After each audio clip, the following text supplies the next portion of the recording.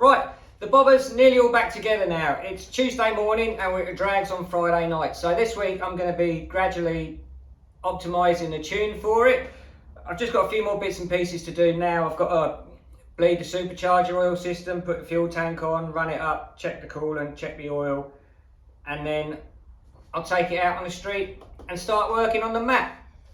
Because it's much lower compression now, the timing which I've got in the map is really low, so I'm going to just ride it as it is with that, just to actually make sure everything's right, there's no leaks and stuff like that. Then I'm going to start advancing the timing. It's not seeing the dyno because I know how the bike responds to the tunes I make on it. So now I've got, with my AFR gauge and tune ECU, I'm pretty confident I get the map pretty close without having to go on a dyno, because the dyno, it's really hard for the bike. It really punishes it because it gets hot, and I can get this pretty good on the street, and then we're going to take it up to the strip on Friday and see what happens. So I'm looking forward to this week. The weather's good, which is nothing abnormal here where I live. I'm looking forward to it.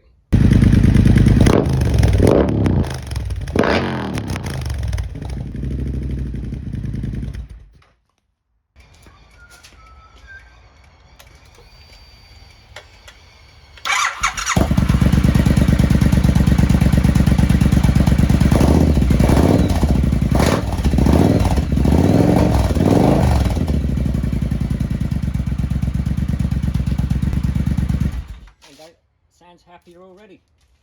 Right, what I'm going to do first is, now I've got it running and I know it runs nice, I'm actually, because of low compression, I'm going to go up a degree everywhere on the timing, just to start with. So if I hit table, modify, I'm going to select everything.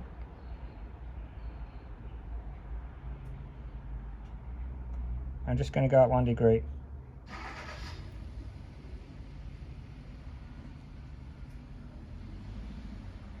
I'm going to save that. Well, actually, I need to copy this table and I'll put it into 2nd gear and 3rd to 6th gear. I'm just copy and pasting here, and neutral, not that neutral makes a lot of difference. Right, map, save.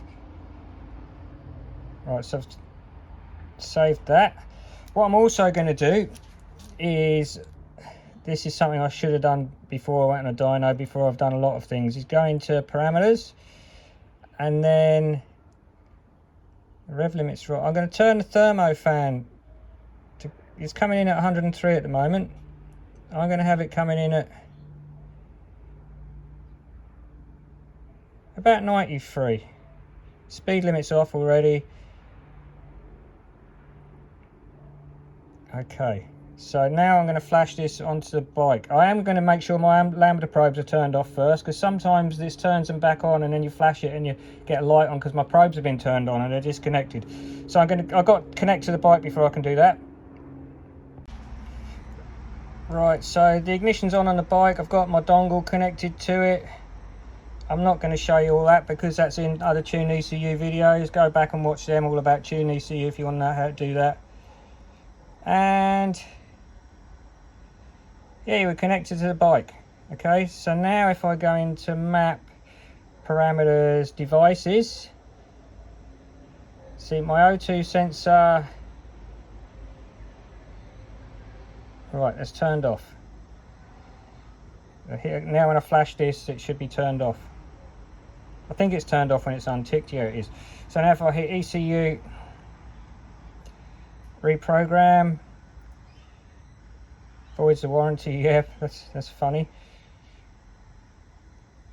Right, hit OK. Yeah, OK. Now this will flash out onto the bike. Something I have learnt to do recently is write down everything you do and when you do it. So I think it's the 8th today. What time is it? Does that have a clock on it? 10 AM-ish. Right, plus 1 degree of timing. everywhere. 93 degrees. Thermofan. Okay. Because it does get very confusing when you're doing a lot of stuff. You can't remember what you've done and where you've done it, so it's really helpful to write it down.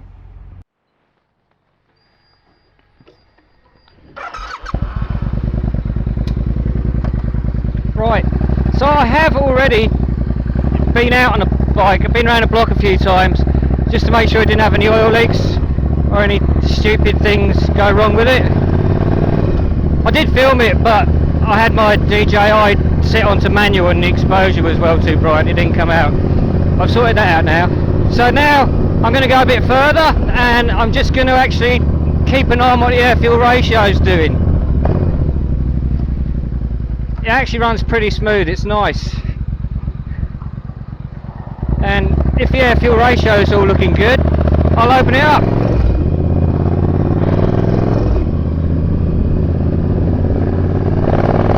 It does actually feel as if it needs more timing in it.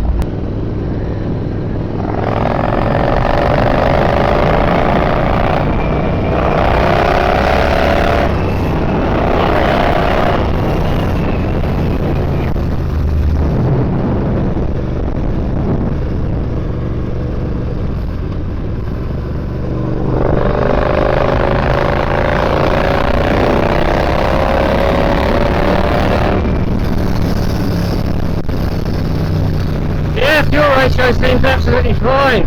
Well, up to whatever revs I was doing there, whatever that was. I'll be in fifth, let's go fourth.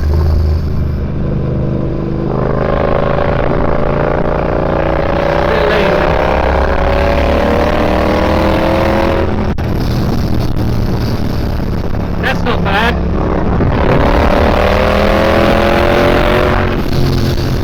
Hey, that's pretty good. That's smooth. So smooth.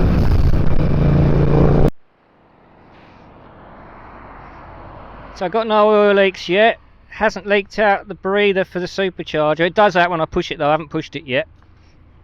So what I'm doing now is I'm going to use Tune ECU for a data logger. So I'm going to see what my manifold pressure is, ignition time, and what gear I'm in. So I can sort of see what's going on a little bit better. So if I just hit record,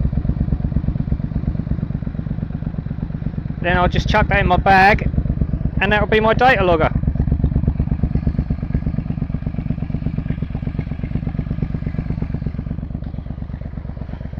Quite happy with the air fuel ratio, so I'm going to push it a little bit further now, give it more throttle. I'm paranoid about everything, only because I really don't want to go through all that work again in a hurry.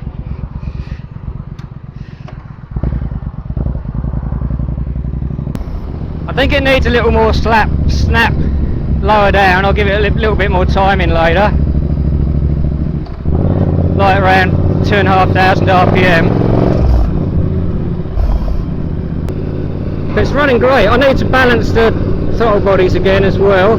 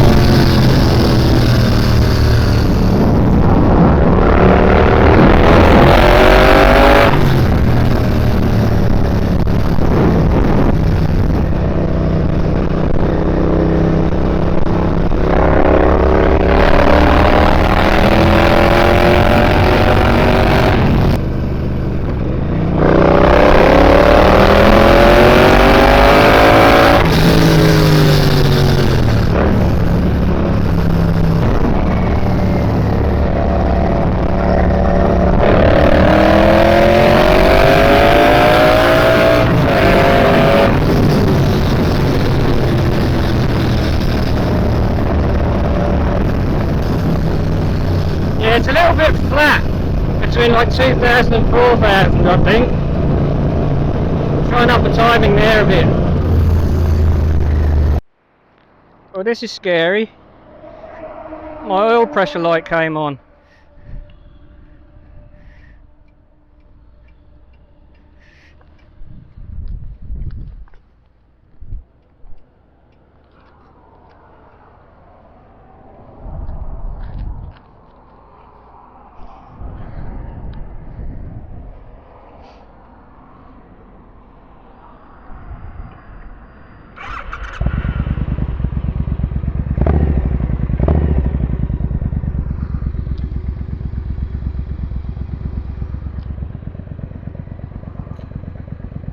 It's not on now.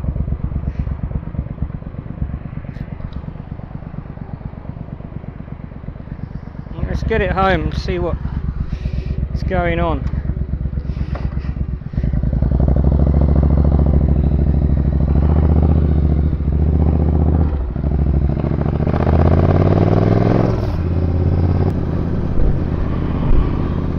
I haven't actually done anything to the engine what's really going to affect the oil pressure that I can think of.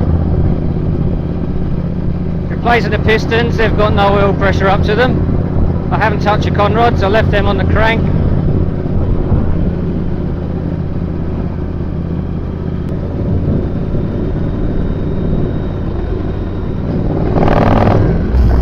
Yeah, as soon as I lean on the throttle,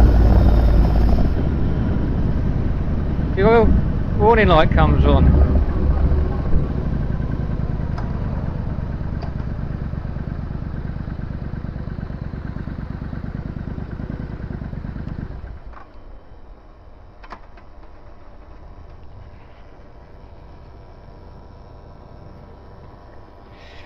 I'm not really game to ride it, to be honest.